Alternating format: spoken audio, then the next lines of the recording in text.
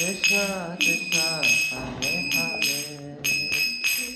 Hare Rama Hare Rama Rama Rama Hare Hare Hare Krishna Hare Krishna Krishna Krishna Hare Hare Hare Rama Hare Rama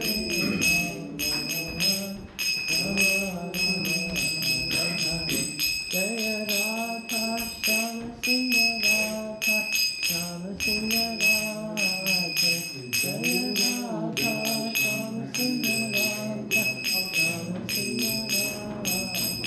Jaya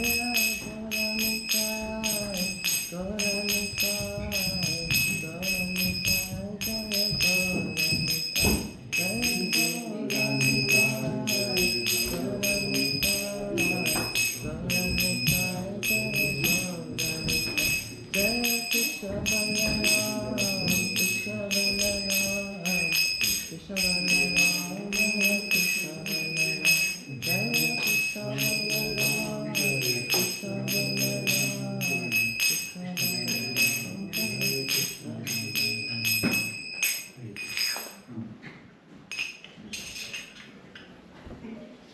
Hare Krishna everyone.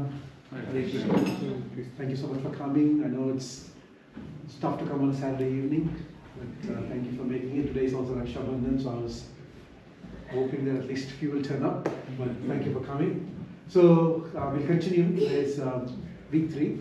For those who have not come, I'll give you a quick introduction. You understand what we're doing, and then we'll get on to today's topic, which is the first chapter of Bhagavad Gita. And then we'll understand. We'll just close the doors and go in.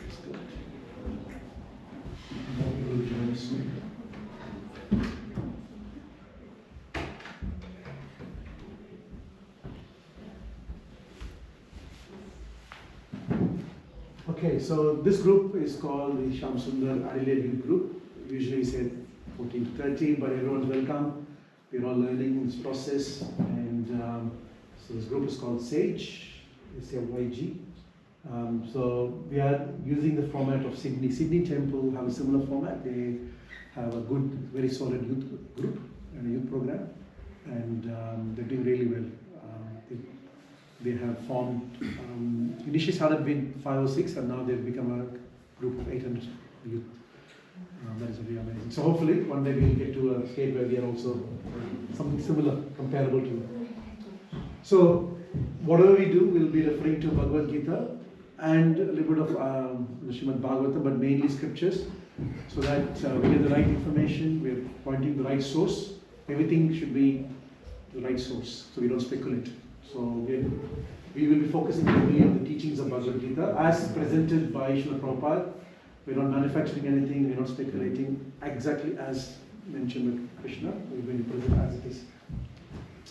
Okay, so before we start, we'll start with invocation prayers. Always, anything we start, we'll do prayers first, and then we'll chant Hare Krishna Mahamantra, and then we'll do the very quick introductions. Okay? Alright.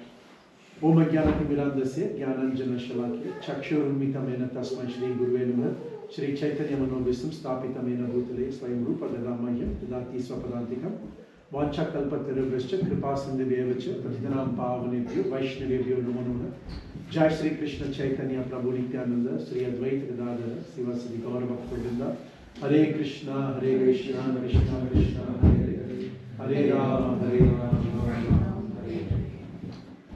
So we just decided the Hare Krishna Mahamantra. How many of you know about this mantra? Or how many of you don't know about this mantra? You don't know about this mantra? Yeah, This is the first time you're hearing this? yes. Okay. So this Mahamantra has got 3 words. Hara, Hare, Krishna and Rama.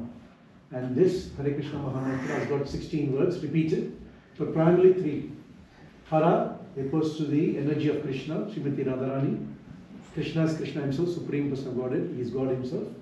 And Rama is also referring to Krishna as the one who gives pleasure. Pleasure potency of Krishna is called Rama. So this Mahamantra is the one which has been sanctified or sanctioned for Kali Yuga. Each Yuga has a different mantra, Like Satyuga, they used to chant Om Namo Narayanaya or Om Namo Bhagavate Vasudevaya. For Kali Yuga, this is the mantra which has been prescribed, the Hare Krishna Mahamantra. It is coming directly from the spiritual world and it's come straight to us, so we can chant, and by chanting this mantra, we get connected with Krishna. We'll talk about more in detail about this mantra, but let's all recite together.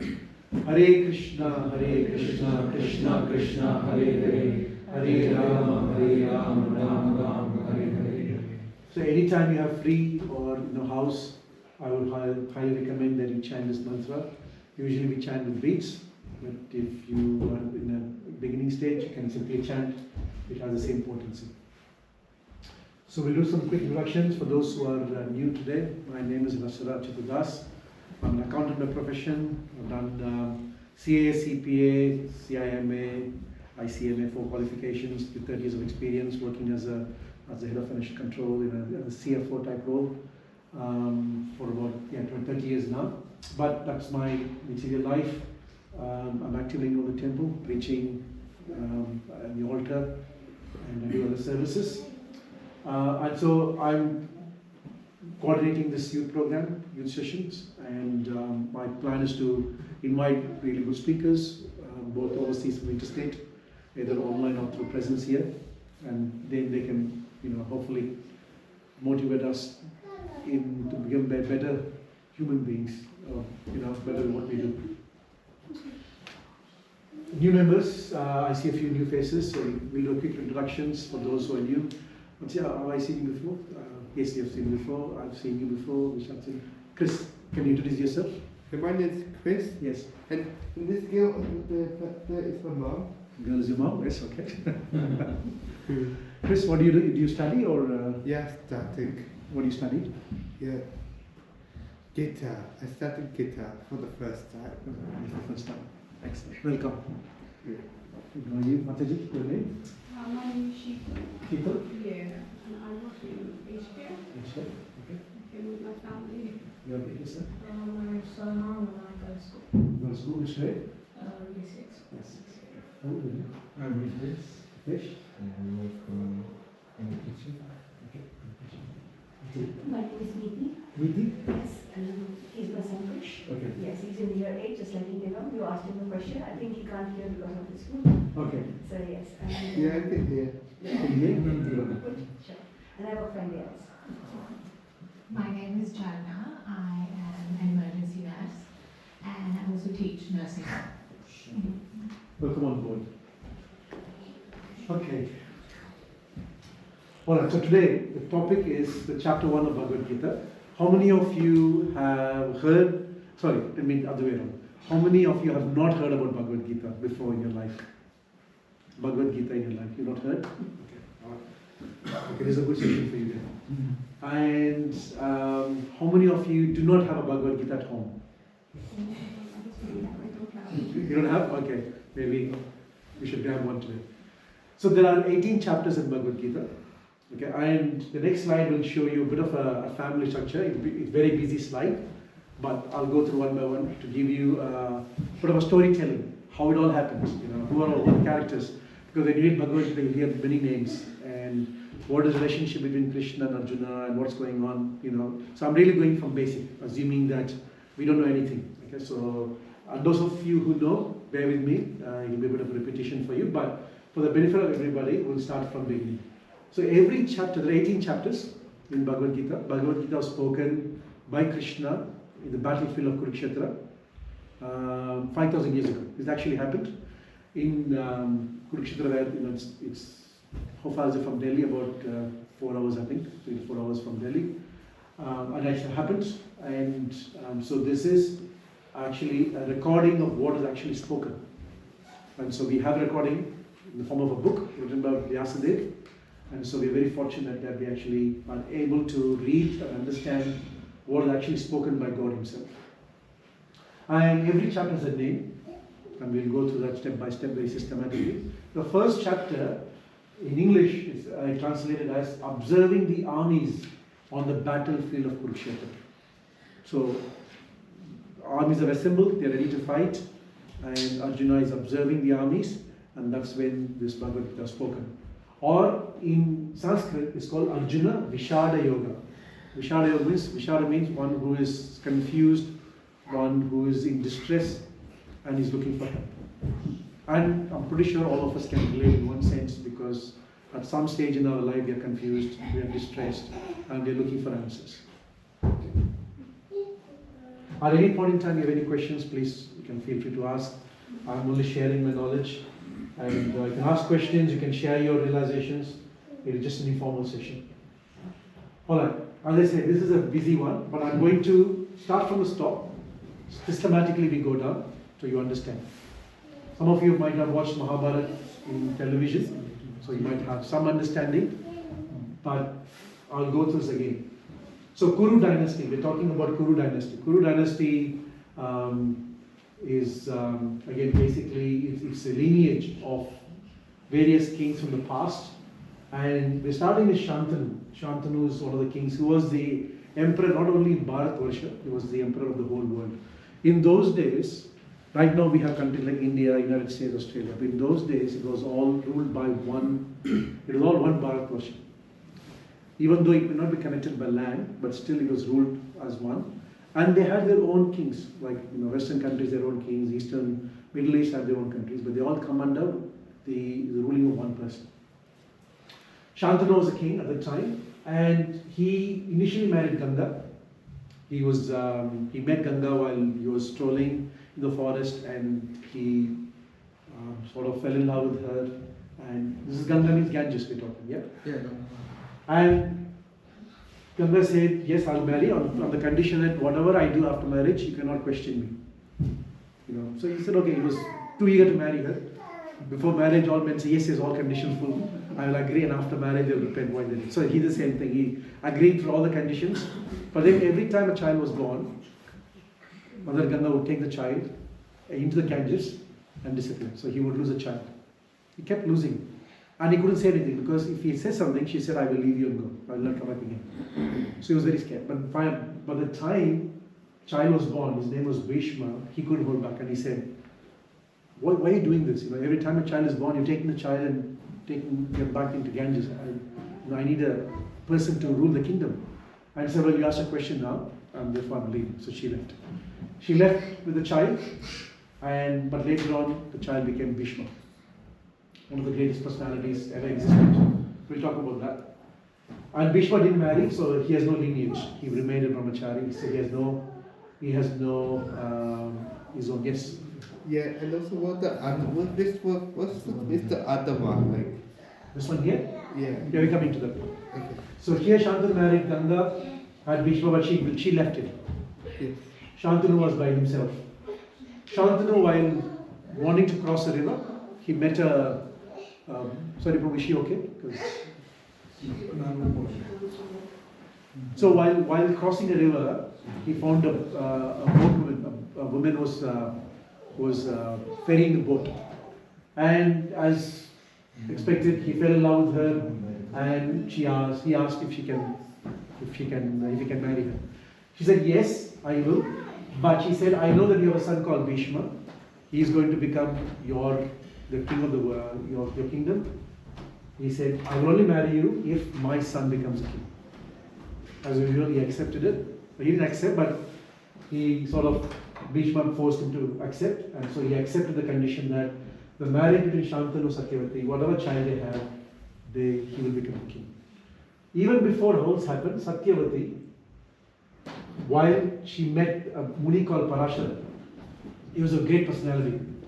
And while they were on the board, Parashara said, look, by the ordinance of nature, right now you're supposed to have a child. So he blessed her, and immediately they have a child.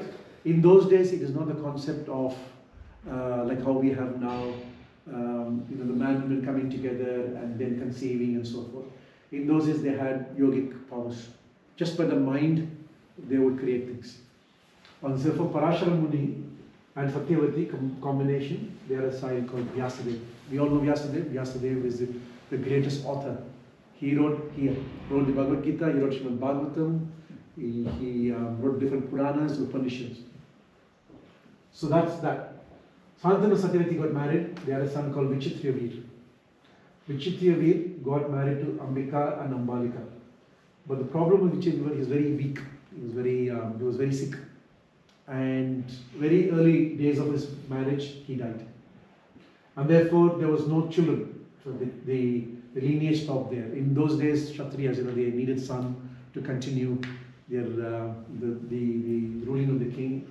So Vichitraveer died, leaving Ambika and Ambalika as widows, and there was no hope for children. And then what happened was, Satyavati called in Vyasadeva. Said, okay, you're my son.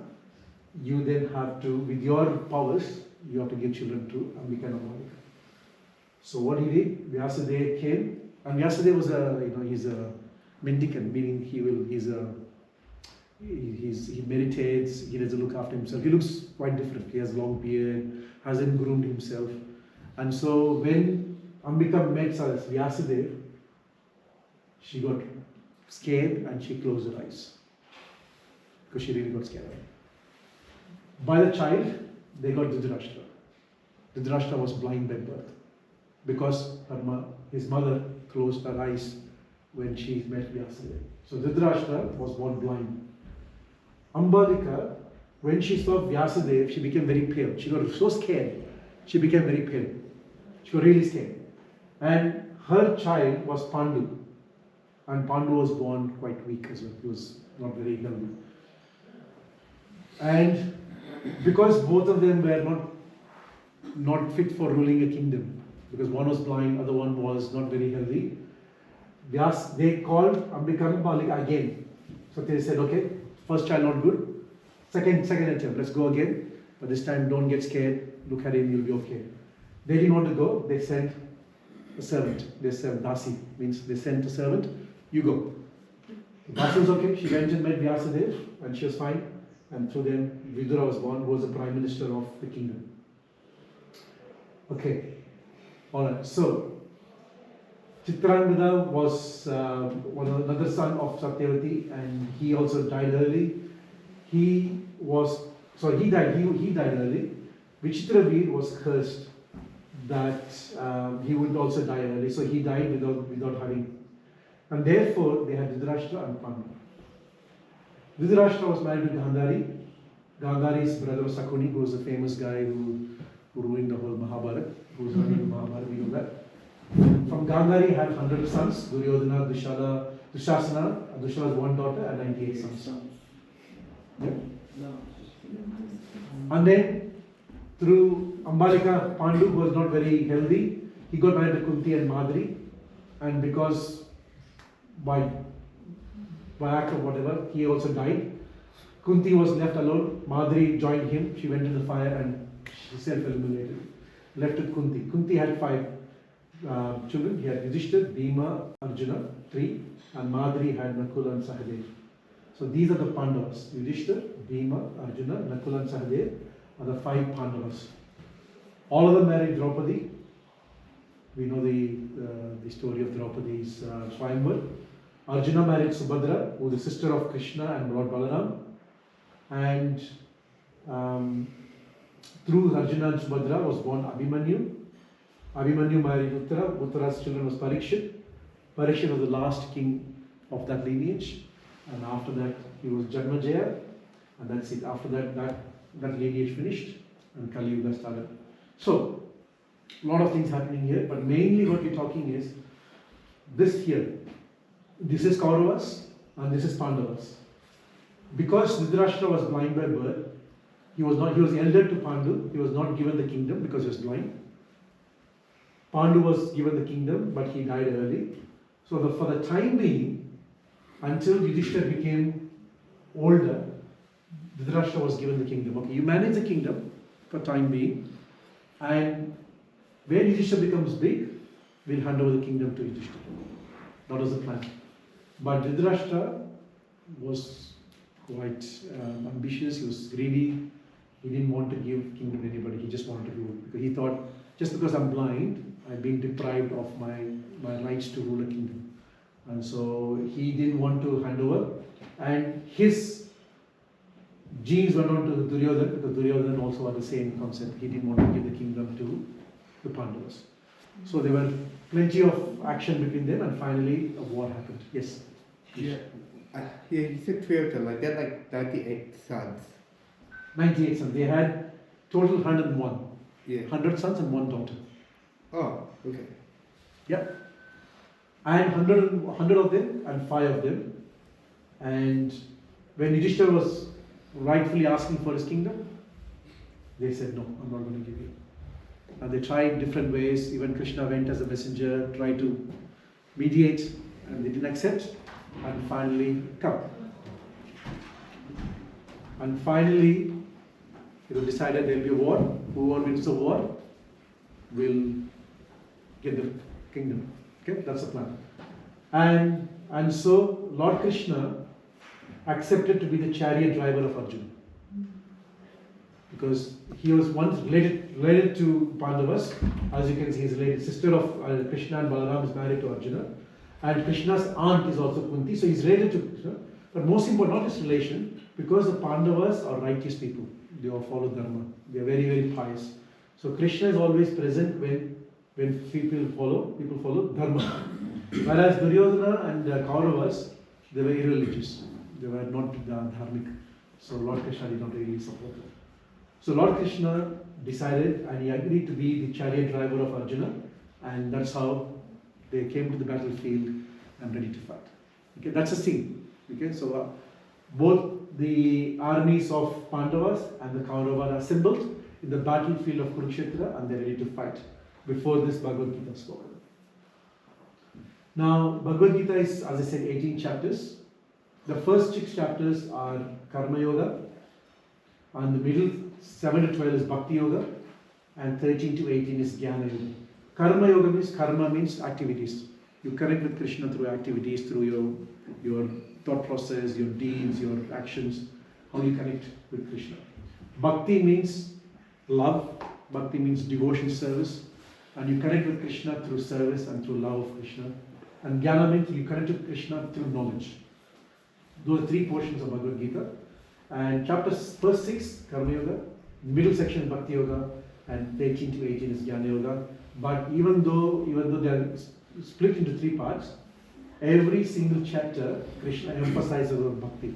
Bhakti is the most important. Bhakti is very confidential. It's the essence of all scriptures. And through Bhakti you get Karma and Jnana. Vasudeva Bhagavati Bhakti Yoga Prayojitaha Janayati Ashuvayaragyam Jnanam Cha, which means if you do Bhakti to Krishna, through chanting, through hearing about Krishna, you automatically take care of karma and you automatically get jnana. Whereas through karma, you may not get bhakti. Through jnana, you may not get bhakti. But through bhakti, you get both. So bhakti is a root. So if you focus on bhakti to Krishna, then everything is covered. And why is it in the middle? It's because it's like a sandwich. You have 2 bread slices and you have the nice part inside. So similarly, you have karma yoga and jnana with the 2 ends, and bhakti yoga is kept nicely inside so that it is properly protected. And as here it says, it's kept in the middle. A king traveling his army is always in the middle, he's protected. So bhakti is kept nicely in the middle. So this is what we're going to go systematically, chapter by chapter, and we're going to understand how this whole Bhagavad Gita unfolds when Krishna spoke. Okay, there are in Bhagavad Gita 4 main characters. You will hear that. There was total 700 verses in Bhagavad Gita. Lord Krishna spoke 574 verses. Arjuna mainly spoke the first chapter and then he kept asking questions. 84 verses. Sanjaya, we'll talk about Sanjaya in a minute, 41 verses, and Dhritarashtra, who was a blind king, 1 verse. The Bhagavad Gita starts with Dhritarashtra asking a question. And then Sanjaya speaks, and then Arjuna speaks, and then finally Krishna speaks. Lord Krishna is he is supreme personal God. If we refer to God, it is Krishna. We have a false misunderstanding that there are many gods. There are not many gods, there's only one God. Every religion talk about one God. So similarly, we also have one God. That God is Krishna. Who says that? Not because I like Krishna, I say it, or not because ISKCON is a devotee. It is because Krishna himself says I'm God. That was my question from last class. I was kind of like, since you mentioned, I was not going to ask, but they say the god of Kali is Lord Hanuman and Shiva and Vishnu. So I'll tell you that. So there are gods and there is a supreme god. Okay? How many prime ministers do we have in Australia? Why not hundreds? We can't have 100 there. Should be There's one person who's to control. Yes. But how many ministers do we have? Maybe more than hundreds. You have ministers, councillors, mayors, and what do you call? You have state ministers and federal ministers, state ministers, all are administrating for one person. Correct? So similarly, there is one God, and he has got multiple administrative gods. So there are 330 million demigods. Lord Shiva, Lord Brahma, they're all demigods. Lord Indra, Surya, they're all demigods. They are empowered by Krishna. There's only one God. We, because of our misunderstanding, because my grandmother said, my father said, or something I've heard from here, I've heard from there, we bring our own thought process and we bring different personalities as God. For example, I'll just tell you an example. If you want to get a job done, you go to a minister and says, look, there is a problem with my suburb, I want to get the job done. So he has the power to do the job for you. So at that time, you might think he's the most powerful person. But he's empowered by somebody else. And that person is empowered by somebody else. So finally, it's empowered by the government who's run by the Prime Minister. Correct? So all these demigods, Lord Hanuman and Shiva, they're all empowered beings, but they're all coming from Krishna. That's why we have to be very clear, because as I said, we have to refer to the Shastras properly. And Krishna actually says, Aham sarvasya prabhavo matta sarvam pravartate, which means I am the source of everything in the material and spiritual world. There's also a small confusion about, is Krishna an incarnation of Lord Vishnu, or is Krishna the fountain? Is Vishnu coming from Krishna?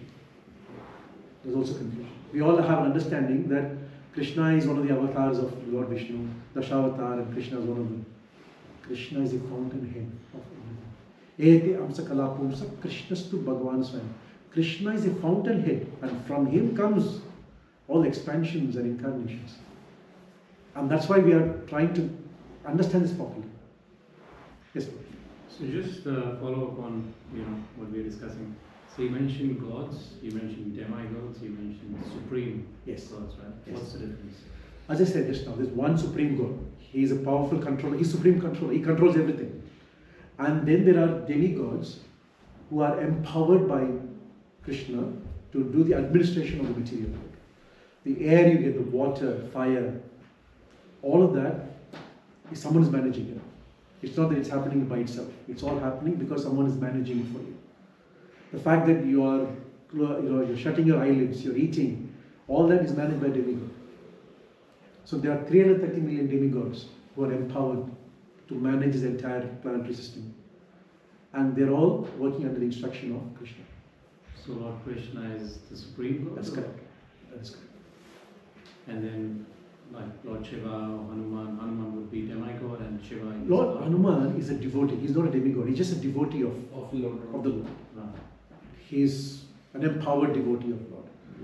And he is going to become the next Brahma. See, when we talk about Brahma, it's a position. It's a prime minister position.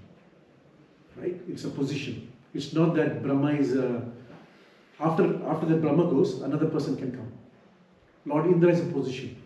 Vyasa is a position. It's a title. And somebody can fill up that position. Yes, ma'am. When you say about the Dasa Avatar, why did Krishna then just come first? Why did Vara or Narasimha come before if Krishna is... No, but they all come before. So what happens in the sequence of events, Matsya comes first, and then you have Matsya, Kurma, Varaha, all that is there. But one day of Brahma, which is 8.6 trillion years. Brahma lives for 311 trillion years. This universe is managed by Brahma. He lives for 311 trillion years. That is his age. And in one day of Brahma, which is 8.6 billion years, Krishna comes himself. Swayam, like he himself comes. No incarnation, I will come myself. I won't send my representative, I myself will come. That's what he says. Yada yada hi dharmasya glane bhavati bhavat. Whenever there's a glani bhavati, means whenever there is a irreligious activity going on, I myself will come.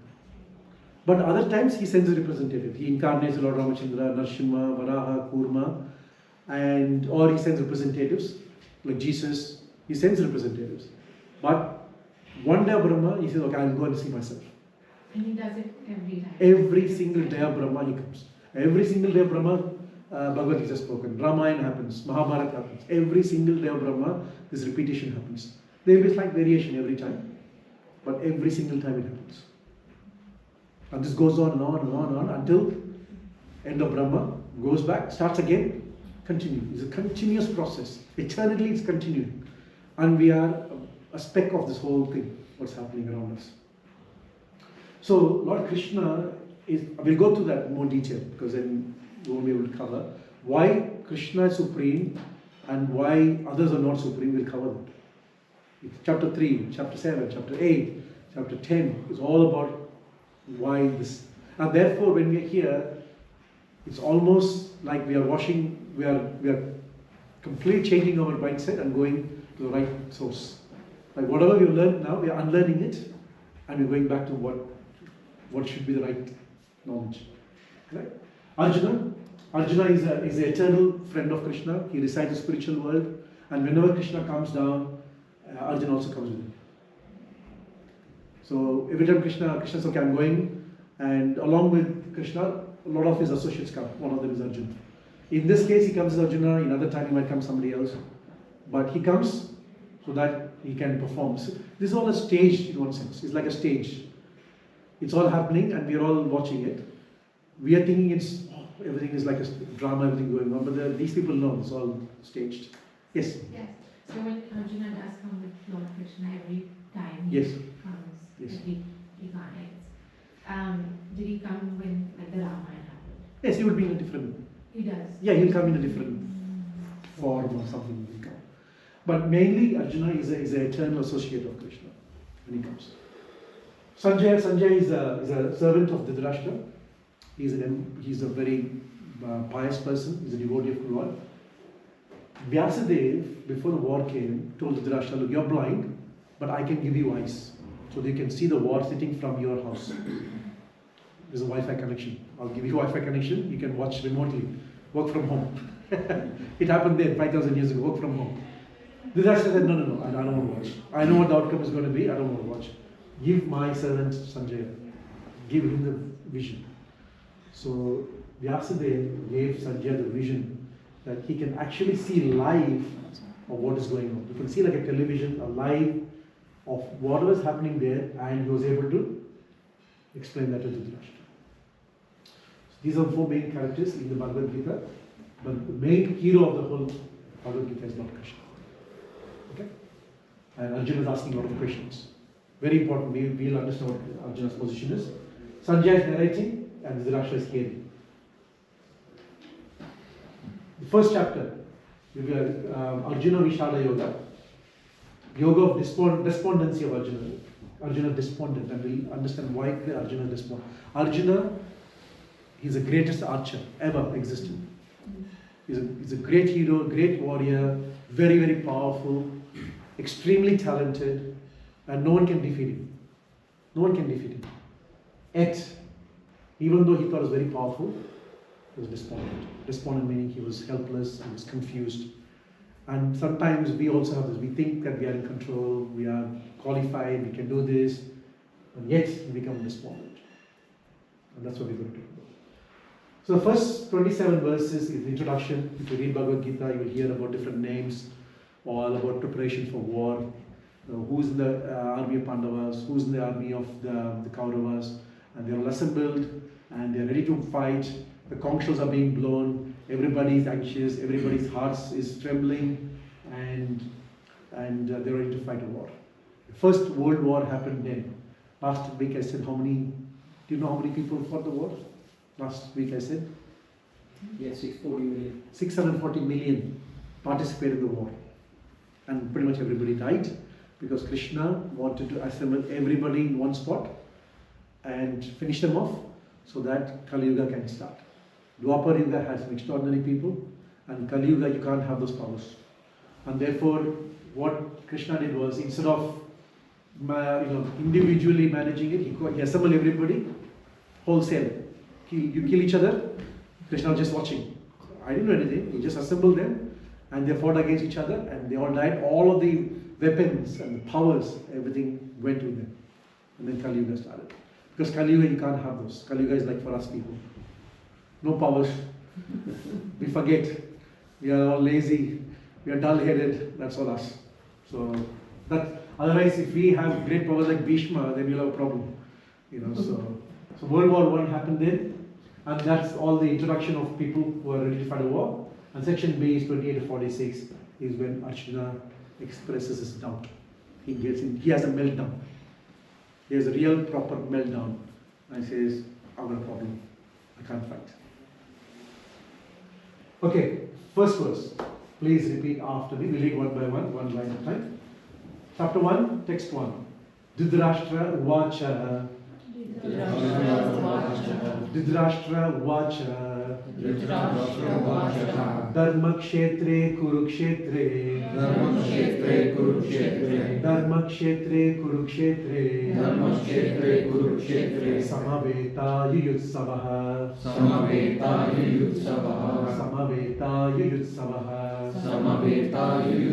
Mamakaha Pandavaschaiva.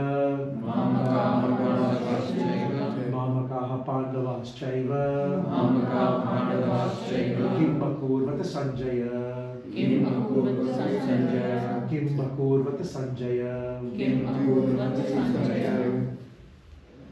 Anybody wants to recite this? Want to give it a try? Yeah. Yes, try. Krish? Yes. You want to try? Do you want to try reading this? Yeah.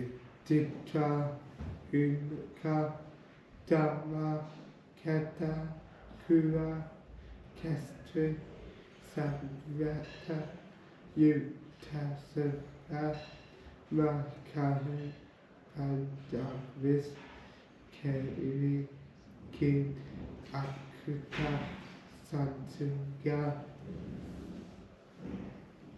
You finished? Yeah, finish the first. Okay, cool. Want to read? Yeah, I just read the. Okay, no. Want to read? Dharmashetra Kurukshetra Samaveta Yuyut Tasva Mamaka Pandava Kshetra Kimakutra Sanjaya. Okay. Thank you. So the translation is Dhritarashtra said. When he said Dhritarashtra Vacha, Dhritarashtra said, O Sanjaya, Kimaku Sanjaya means O Sanjaya. After my sons, the sons of Pandu, assembled in the place of pilgrimage Kurukshetra, desiring to fight, what did they do? So Dhritarashtra asking a question. O Sanjaya, I know that my sons are the sons of Pandus. Now sons of Pandus is also related to him. He's the uncle of Pandus, the Pandavas. But he's separating them. Now, my sons and sons of Pandus. I'm not related to them. Assembled in the place of Kurukshetra. But Kurukshetra, Dharmakshetra Kurukshetra. Dharmakshetra. He knows that the Pandavas are in the side of Dharma and the Pandavas are supported by Krishna. Where Krishna is, there is Dharma. And therefore, this Kurukshetra is a very holy place. A lot of sages have performed great austerities, they perform a lot of yajnas, sacrifices. And therefore, it's a very holy place. And therefore, he's saying, assemble the place of pilgrimage at Kurukshetra, desiring to fight, what did they do? That's the very first verse. So this starts like that, and then Sanjaya goes on to explain the whole unfolding of Bhagavad Gita, and he also explains after Bhagavad Gita has spoken the whole war. He's narrating live.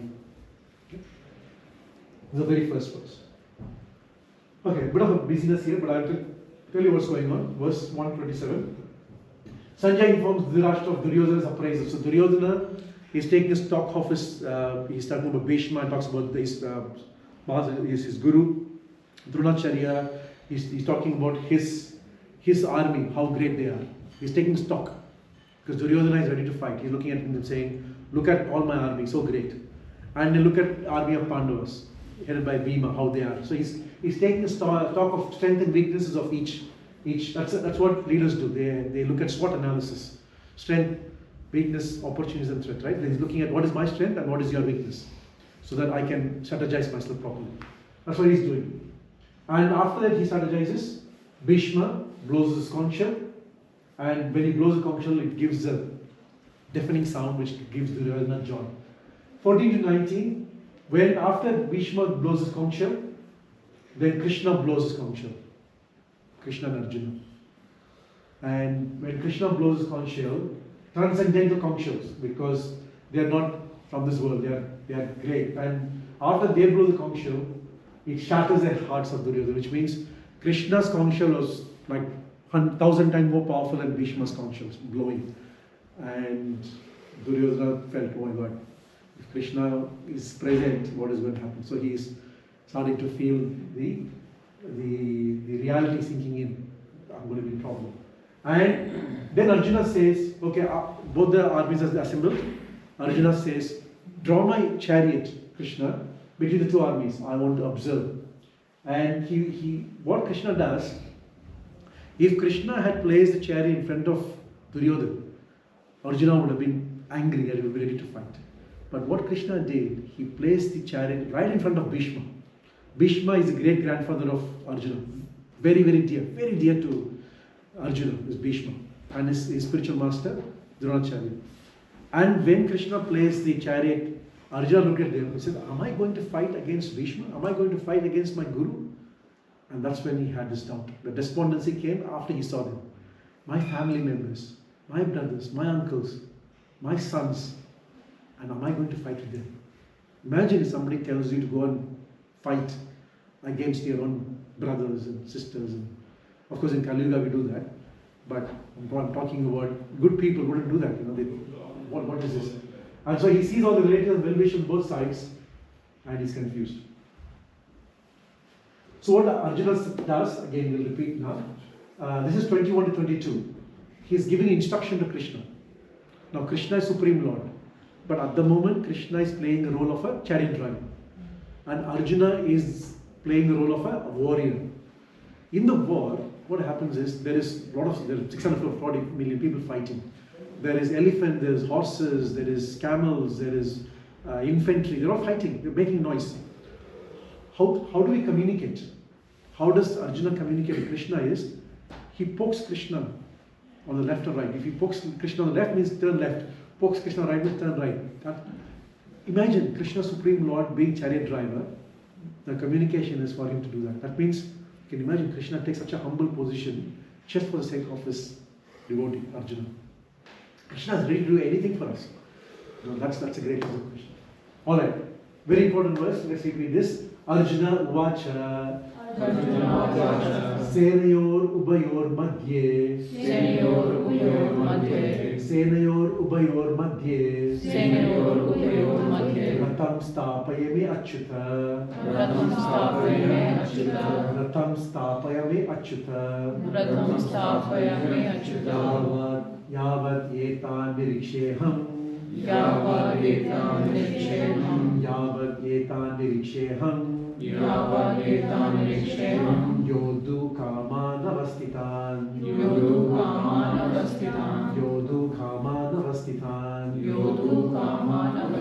Kair Maya Saha Yodavyam Kair Maya Saha Yodavyam Asmin Rana Samudyame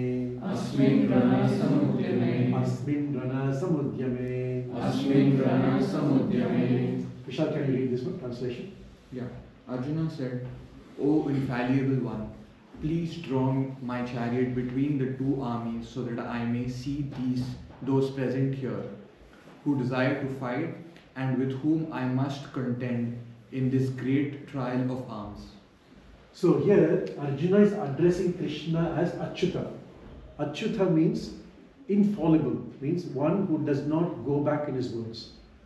Krishna will never go back. When he promises something, he will always fulfill. So Krishna is a chariot driver of Arjuna here, and he is performing the role perfectly. So Arjuna is giving instructions. O infallible one, please draw my chariot between the two armies. I want to see who is present in front of me so I can fight. So Arjuna is directing Krishna, so therefore Krishna places the chariot right in front of Bhishma and Dronacharya. And when Arjuna sees all of them, he has a breakdown. He doesn't want to fight anymore. Suddenly he's overcome by compassion. So he's overcome by compassion because he says that his friends, his great-grandfathers, his guru, his uncles and sons, they're all there. How can I fight with them? He's overcome by compassion. And so he says to Krishna, I cannot fight. How can I fight with these people? And he says that even if I fight, I kill them. So he's saying to Arjuna that I will kill all of them. So he's already thinking in his mind that I'm going to win. So he's very confident. I'm going to kill all of them. Now if I kill them, how can I enjoy the kingdom? Because without them, how can I enjoy? Like for example, if you have a nice house, you want to show to everybody, nice house, say, oh, I've got a beautiful car. But if nobody's there to see, then you'll feel, what is the point of me having, and I can't even show off anything. So Arjuna is saying that I will not be able to enjoy the kingdom. If they're all dead, if they're all gone, how can I enjoy the kingdom? And he says if they all die, if all men die, and there's no one to support the elderly, the children, the women, and with that, what happens? Irreligion takes over. And with irreligion, unwanted progeny will come, all the tradition, the values of life will all be diminished. And the whole society will become corrupted. So he's worried about that. He's got compassion, he won't be able to enjoy without all of them living, and the destruction of family values and traditions. And then he says that by killing people, I will get sinful reactions. See, Kshatriya's duty is to fight. Like if an army person kills his enemy, what happens to them? They get an award. They get a gallantry award. But if I go to the place and start killing people, I'll get arrested. But army person or a person in defense, his job is to fight. So when he fights and kills, that's his duty. He gets an award for it. But we can't do it, correct? So similarly, Arjuna's duty is to fight. He's a Kshatriya. But he says suddenly he's overcome and he starts getting confused. Oh, if I kill people, I'll incur sinful reactions. I can't fight. And I'll be destroyed. And family values and killing of superiors is not good. And finally, he does not know which is better, being conquered by enemy or conquering the enemy. He becomes indecisive. Gets confused, completely confused. Not able to make a decision in life. Procrastinating. We can all relate in our lives. Confusion, depression, and not able to decide whether I want to do this subject or do this subject, which path I should take. We're confused in life. All of that is happening with Arjuna. He's one of the greatest archers. If it can happen to him, it can easily happen to us. Alright. Any questions so far? Based on this, I have a nice video to show you about the first chapter. Any questions? And it's a bit of a lot of, yes? Yes. So that's one question. So how big was the battle? I know the people, where did the battle, which country did the battle take place in? Where did it take place? Yeah. It took place in a place called Kurukshetra, 5,000 years ago. And the place was big enough to accommodate 640 million people. Yeah. They assembled and they fought. Okay. Oh, okay. Okay? Okay. Any other questions so far? So what do we learn so far is the two armies of Pandavas and Kauravas are assembled. 640 million people assembled. And Arjuna is asking Krishna, who's a charioteer, to take a chariot and place in front of the Kauravas to see who he's fighting against. And when Krishna places the chariot, Arjuna has a meltdown. He's overcome by compassion. He thinks that he can't enjoy. He's worried about the destruction of family values, and he becomes indecisive. Okay, that's where we stand right. Alright, I'll show you a video, and then we'll have some talking points, and we'll have a discussion. Bhagavad Gita, observing the armies on the battlefield. The spiritual journey usually starts with a doubt. Over the years, our friends, family, society, and the media paint a perfect picture of success. And we subsequently shape our lives, determine pursuit of it. At a certain point, however, we begin to doubt whether that perfect life is achievable or will actually make us happy? We begin to question the materialistic goals, the aspirations and the milestones of success that have become deeply ingrained within us. Could there be some deeper purpose to life? While this initial doubt can often bring great uncertainty and confusion, it can also bring us to the start of our spiritual journey. It is the very doubt that Arjuna expresses at the onset of this sacred conversation. Dhritarashtra uvacha dharma kshetre kurukshetre samaveta Mamakau Pandavaschaiva Kim Akurvata Sanjaya. D for Dhritarashtra and Duryodhana, O for ominous result, U for uncertainty, B for bewilderment, T for turning point, D for Dhritarashtra and Duryodhana. Verses 1 to 12. Innumerable soldiers had assembled on the battlefield of Kurukshetra due to the obstinacy and deep-rooted material aspirations of these two characters, bent on usurping their cousin's kingdom. Sitting in his palace, King Dhritarashtra inquires about the latest events on the battlefield, while his son Duryodhana is busy firing up his army as he prepares for fratricidal war.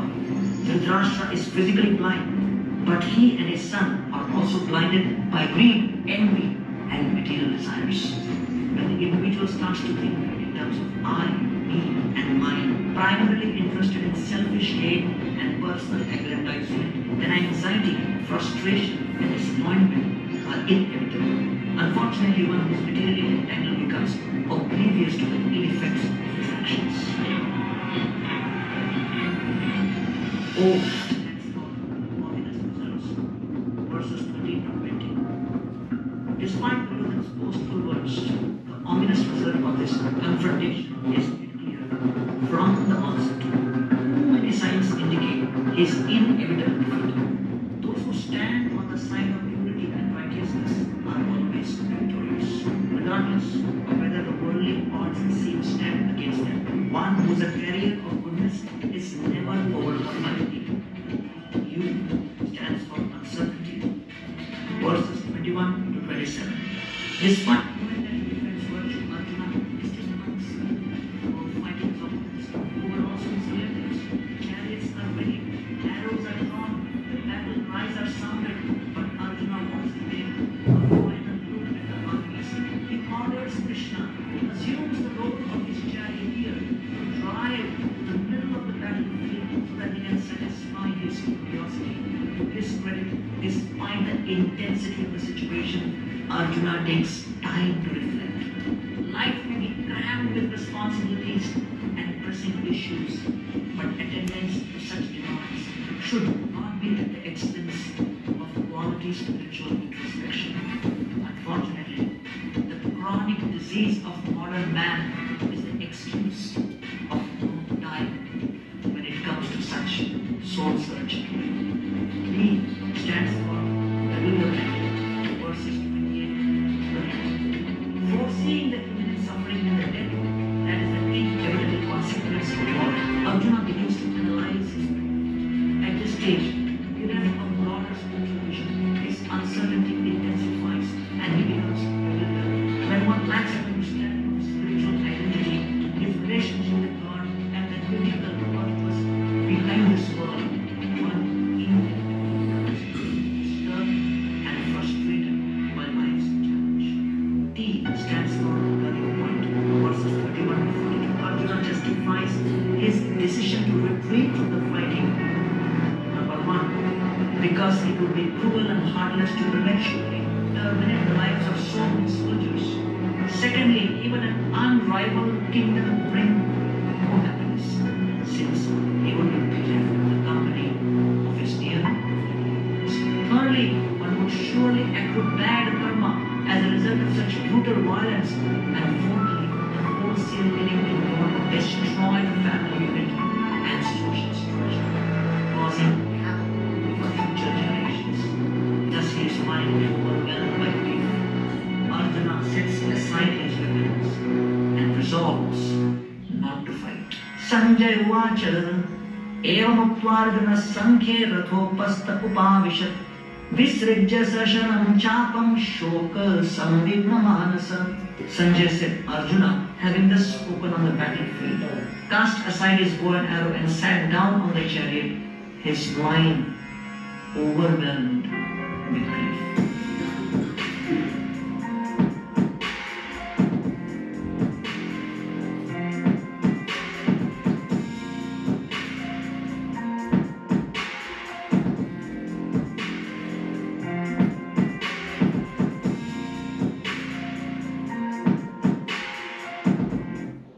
Okay, sorry, the audio wasn't really good.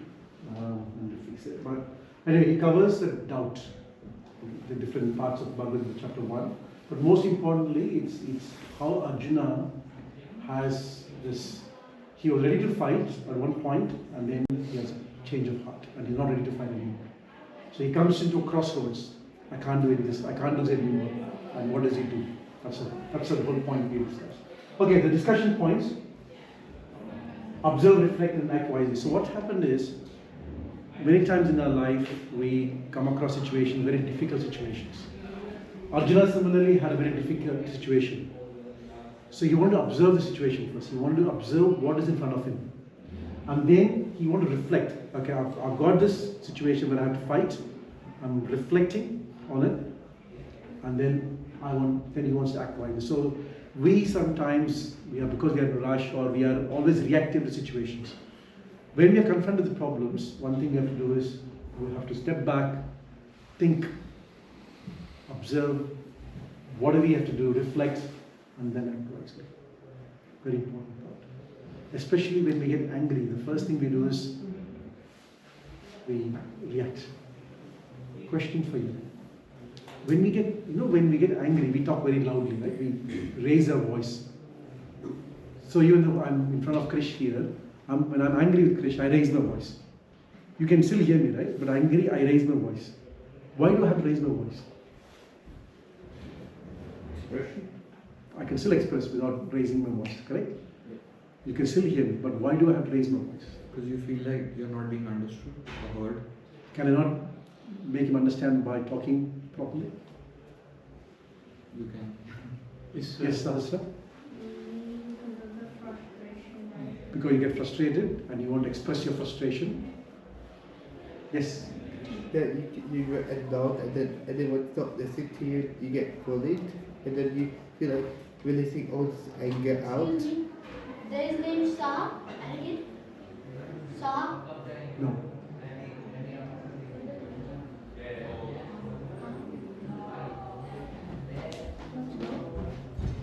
Sorry. Okay. I'll see you next week. Hare Krishna. Yes? I think it's because it's a reactive approach. We're not thinking clearly in the heat of the moment. Okay. That's just a reaction. The reaction comes. Yeah. Yes.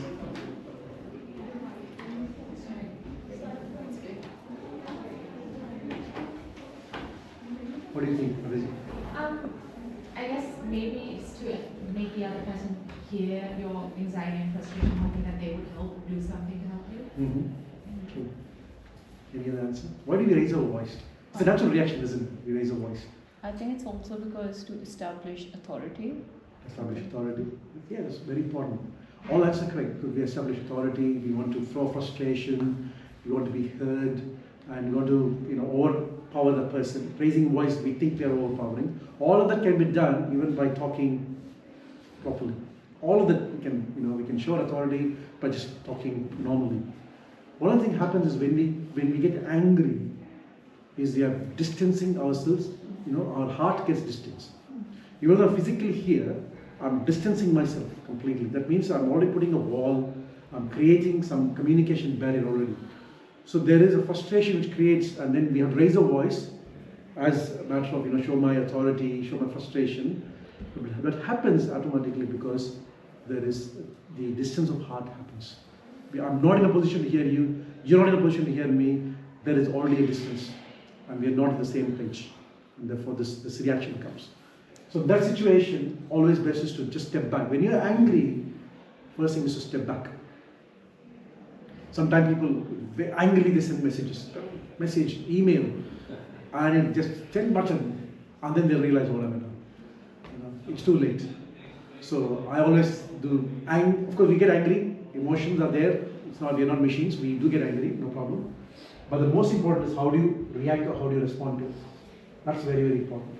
Step aside, think about it, you respond after a few hours and see how different the response is. Totally different. Yes. You will be calmer, you will be more wiser, and then you will be in a better position to respond to the situation, not react. So when you're confronted with a situation, you observe what is going on, you reflect on what you want to do, and then you act wisely, rather than just taking a rash decision and then regretting it. That's what Arjuna was trying to do. He was trying to observe, I've got a situation and I want to act wisely. Now Arjuna is saying, I will not fight. I said, the duty of a Kshatriya is to fight. As a student, you have to study. As a child of a parent, you have to become a proper child. As a parent, you have to be a parent. As an employee, you have to work. So there are some duties we have. What we call Swadharma. We have certain duties. We have certain duty towards society. We have certain duty towards community. We have certain duty towards our family. We have certain duty towards friends. All of us have duties. So it's very important to understand what a real duty is. Arjuna is a Kshatriya, his duty is to fight. Outcome of fighting is whether he gets killed or he kills people, that's a different story. But he has to fight. Sometimes we worry about the consequence first. So, oh, I can't do it, I will not be able to achieve it, therefore I'll give up now. Or it's too hard, exam's too hard, I'll give up now. Or that path which I'm going to take is practically not possible, I might just give up now. So we look at the consequence first and we think it's too hard and then we back away from it. Our duty is to do the job, whether it happens or not is not in our control. Right? Now Arjuna can fire arrow. The arrow can miss or it can hit. That is not in the arrow going can have several factors. I've learned archery. And archery, one thing is the angle, the wind factor, everything matters. Like even when you play golf, sometimes you hit the ball like this so that the wind factor, you have no control. Once you hit the ball, then you have no control what happens after that. Correct? So similarly, Arjuna can shoot the arrow. After that, it hits or not, it's not his. But if he says, I don't know it will hit, but I'm not going to shoot. That's what he's saying. Oh, I don't want to, I'm backing off now. I prefer to take a begging rather than fight. So he's already giving up. So real duty is, know that whatever you're entitled to, if you're a student, you do your best. Now if you're an employee, you do what is given designated, you do it properly. The results will, don't worry, will come automatically. That's most important. Escapism or inner awakening. Sometimes, I don't know, grown up adults have this thing. Suddenly they will say, they'll have this inner awakening one day. Why am I doing all of this? What's the purpose of me doing all of this?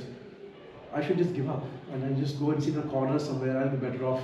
It's too chaotic, too many problems. I don't want. I'll just go and sit in a corner. I'll just become, oh, poor me, and I'm okay somewhere there. I'll be okay. Suddenly this inner awakening will come in all of us. It's a sporadic feeling sometimes. Too hard. I've just given my best shot. Nothing happens. Everything's too hard. I just give up. Like there is, what is the purpose of life? And then we just go into a sort of philosophical situation. Or is it just escapism that we don't want to give it a good fight? That's what it is. So I want you to think of this. When is it happening to us? Because it's happening to Arjuna.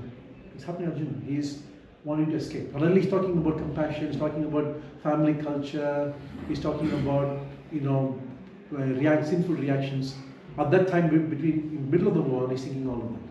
And he says, no, I can't fight, I'm better off going to giving up my arms and take up begging. Escapism. Or true awakening is even though you're not giving up, you're fighting it out, but you're still detached from the results, and if you're still not concerned about the outcome, that's fine, no problem. But giving up even before you start is escapism. And I want you to think about it, and please add something. I'll just finish this and then you can give me your thoughts. When in doubt, always inquire from the right guide. Always very important. Go to the right person.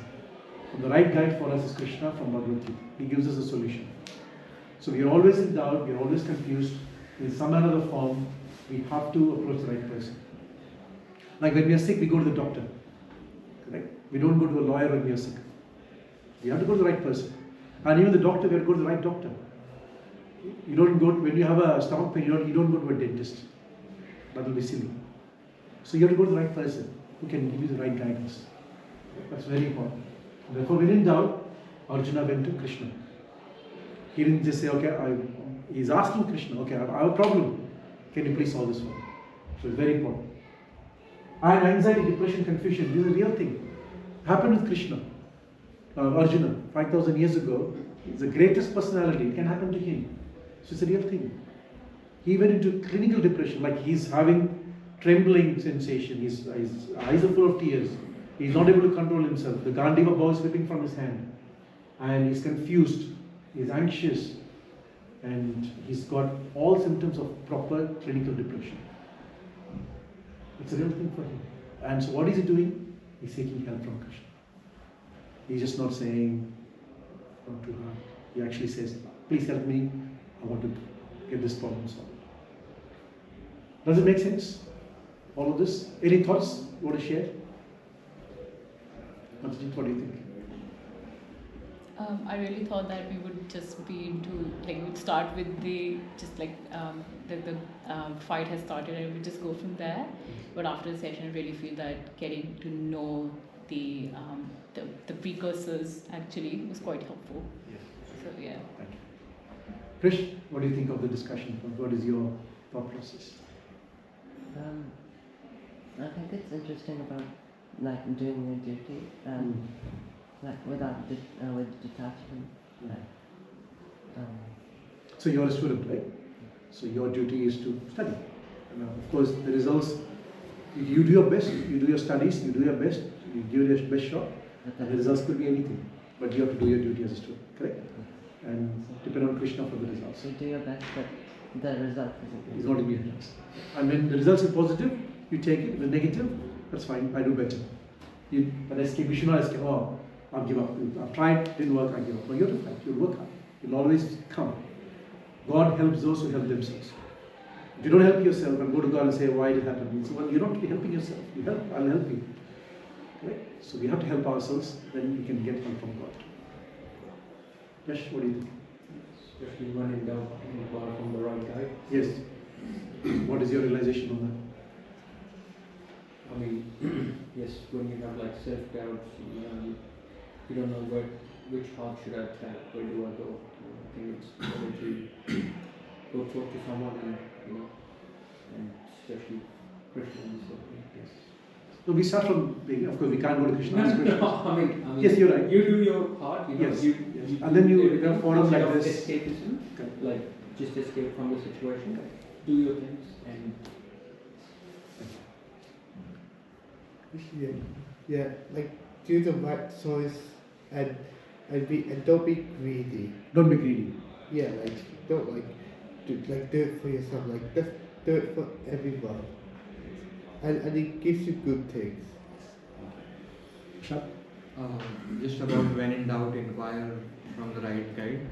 So if we face any problems in life, we might come to you, tell the problem, and then you might point us to the verse in Bhagavad Gita which could help us. And I do the same thing. When I'm in doubt, I ask my mentor, hey, what do I do, situation. We always have one mentor in our lives, and that's very useful to have a person who's mature. Sometimes we even, I must say, like my wife, for example, she's a good mentor for me. Like, I can bounce off ideas. Look, I'm frustrated, and then she can give me the right perspective. And then, oh yeah, okay, I got that. So it's very good to have that somebody where you can bounce back. Very important. Have the right person with you. They are your friends for life. Sometimes you just need a little push, Yeah. Correct. And you're going right, but you need we're all from India, right? I don't know how many of you know. We used to have a scooter called, we used to have a scooter in those days where you had to kickstart the scooter. Yeah. And then came the self-start. There's a self-start and a kickstart. Like sometimes we need a kick start. Then it starts, something like that. We are not self-starters, we need a kickstart. You're right, sometimes we need that push. Can I just add something? Yes. I just really liked how you have recognized that anxiety, depression, confusion is a real problem. Yes. Back, especially now, like in our culture, I don't think it's talked about enough. Right. Recognized and just said that no, it's just in your head. So I really liked how you recognized and actually normalized and put it forward. That's something I really liked. Yes.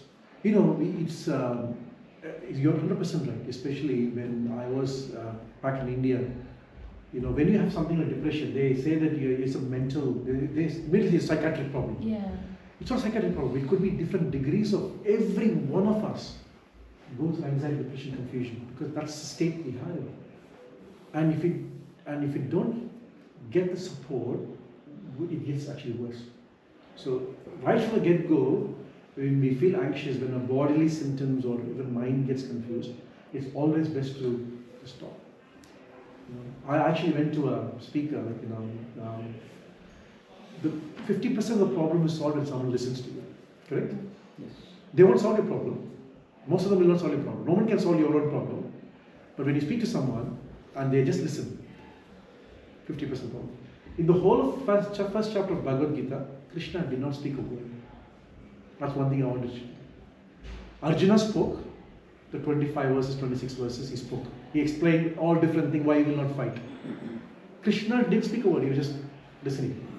And only the 7th verse of 2nd chapter, Arjuna says, okay, I'm confused now, I'm depressed, I'm anxious, you tell me what I should do. Then Krishna spoke after. So the first point is, as the guide, the right guide listens, empathizes, and most importantly, understands the perspective. That's 50% of the problem solved. And then the solution comes after. Sometimes, bad thing what we do as listeners is, we go to solution mode straight away.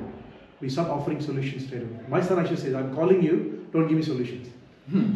Just listen to me. I do that. Just listen to me first, that's it. I already know the solution, just listen. As parent, my head goes into solution mode. My car is broken now. Okay, mechanic, how far is it? How much it will cost you? Already solution. I know all that. I just want you to listen to me, and fine. I'm fine. Okay. So I've learned it that listening is the most important thing. Don't offer solution until asked for. Solution will come. But when someone is depressed, confused, or anxious, and it's actually a wonderful thing when they actually recognize, look, I've got a problem. It's a brave thing to say to someone, I've got an issue. I'm coming out and explaining that I've got an issue. That is the first step to get it fixed. Most of us don't do it. As especially men, we think that we can fix it. And men go through it. We see great sportsmen. They have meltdowns, right? And they've accepted. Now it's coming out now. They're saying great sportsmen like, I think Ben Stokes or Virat Kohli or this thing, look, it's too much for me. I need a break. And if I sort myself out, I'll come back again. It's the real thing. They're seeking help. And they're coming back. And they come back, they are more empowered. They can come back and do their bit properly. So we also, and that's what Arjuna did. He sought help.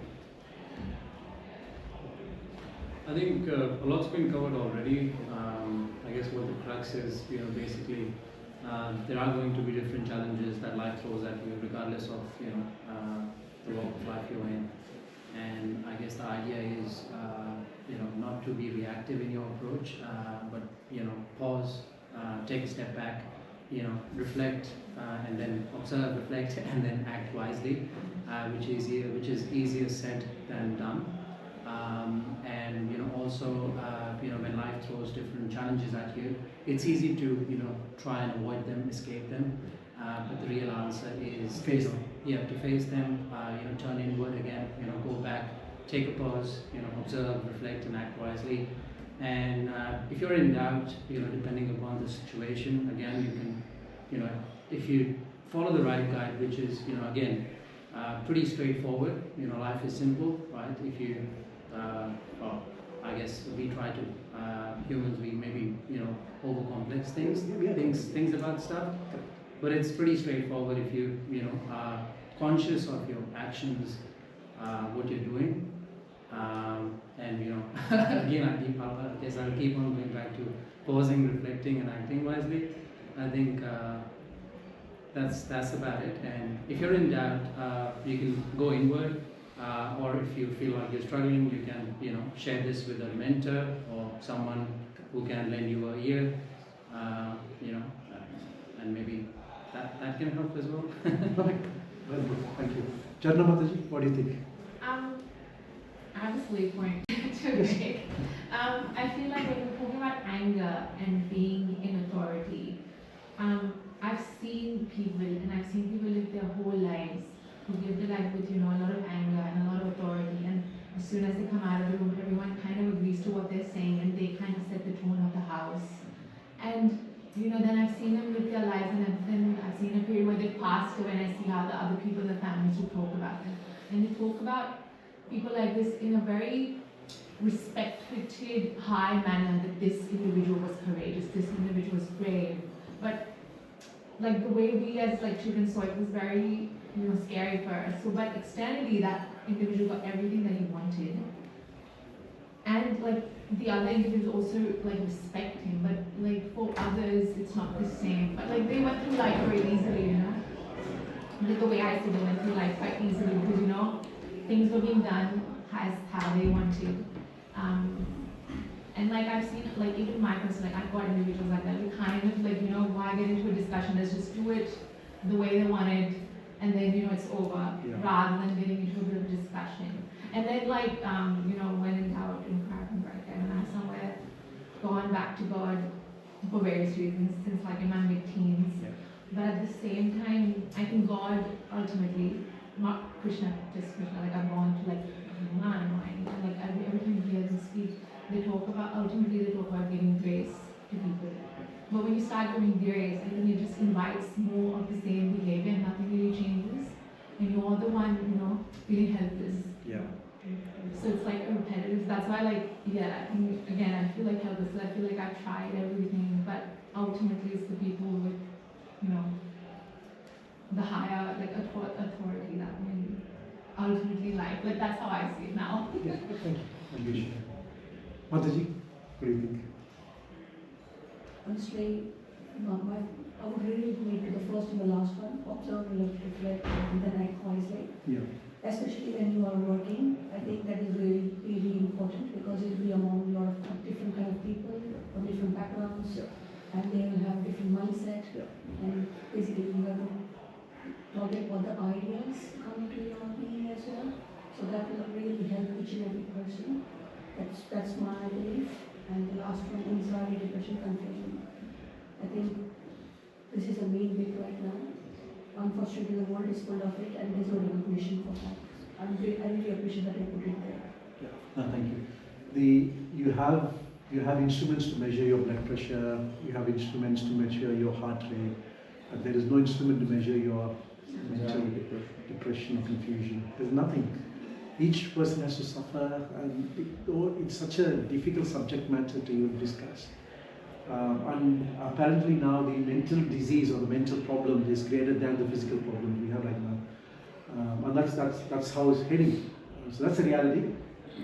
And what happens is when you take up the spiritual subject matter, very important, we'll discuss in future classes, sessions. The problem is not going to go away. Problem will remain, but you will have the strength to face the problem. And you'll be a totally different individual. I'm talking about myself. I didn't know the word patience or tolerance in my life. That didn't exist in my dictionary. And ego, always there. You are an authority position. I work as a CFO. I have an authority. So that's always there. When I came here, it just completely changed my attitude towards everything I see. It was a shock to my system. It smashed my ego many times. People, they talk rudely or they upset you, and I used to react. I want to show them who I am. I'm right. I want to show who I am. And always, then, now, it's okay. It's okay. That's fine. They're upset with me. They are going through some problems. I understand their problems. I don't know what the problems are, but I know they're suffering from something. I feel sorry for them. And therefore, let me just step back and think about it. When you give them grace, that behavior doesn't really, you change yourself. Correct. I change myself. I can't change them. or I change myself. At the same time, very important, there's a difference between tolerance and allowing things. If someone is really bad, physically or mentally abusive, of course, then you don't tolerate it. But I'm talking about a general issue where you have to generally, it's someone is, you're not happy with them, okay, all right, instead of reacting, fighting, trying to prove yourself right all the time, it just takes so much of your energy. Sometimes you just step back and think how you're going to do, and then, okay, this is how I want to respond to situations. I've learned from my daughter, my son, they're wonderful, both of them wonderful. My son is a doctor, my daughter is, she's an artist. And two different perspectives, two different visions they have, and I've learned so much. Just observing them, how they respond, is wonderful. So I'm learning as well, part of this journey, so help me understand, help me also learn. But I hope this was useful. This is coming from Arjuna. All of them is not just theoretical, these are, which is what happened, and therefore Krishna is giving solutions afterwards. As I said, set a daily spiritual practice. Make sure that you're setting aside some time for yourself. That's the only way we can sort of come to a disciplined structure. Always, and I feel this forum is important. Please make your time 1 hour, 1.5 hours every week. Important. Please come. I really appreciate it. Stay connected. This group is good. Stay connected and encourage each other. This is what Arjuna did. Seek answers, ask questions. Arjuna did that. He wanted answers. He asked a lot of questions. 84 verses of Arjuna is all asking answers and seeking answers and asking questions. Questions? Okay, I have to take your leave. I just have to be somewhere. Prashadam will be served. You want to? I really have to go somewhere. Okay, thank you. See you next week. Sorry, next week there's no class. Next week is Janmashtami. Okay. So no class next week. The ideal number of the Mahamantra we should be doing every day. Unlimited. Ideal is Sthitine Sadahari. Keep chanting, but 16 is the minimum we should chant. Oh, 60. 16 rounds. 60 rounds, yeah. Which is 1.5 hours, 2 hours every day.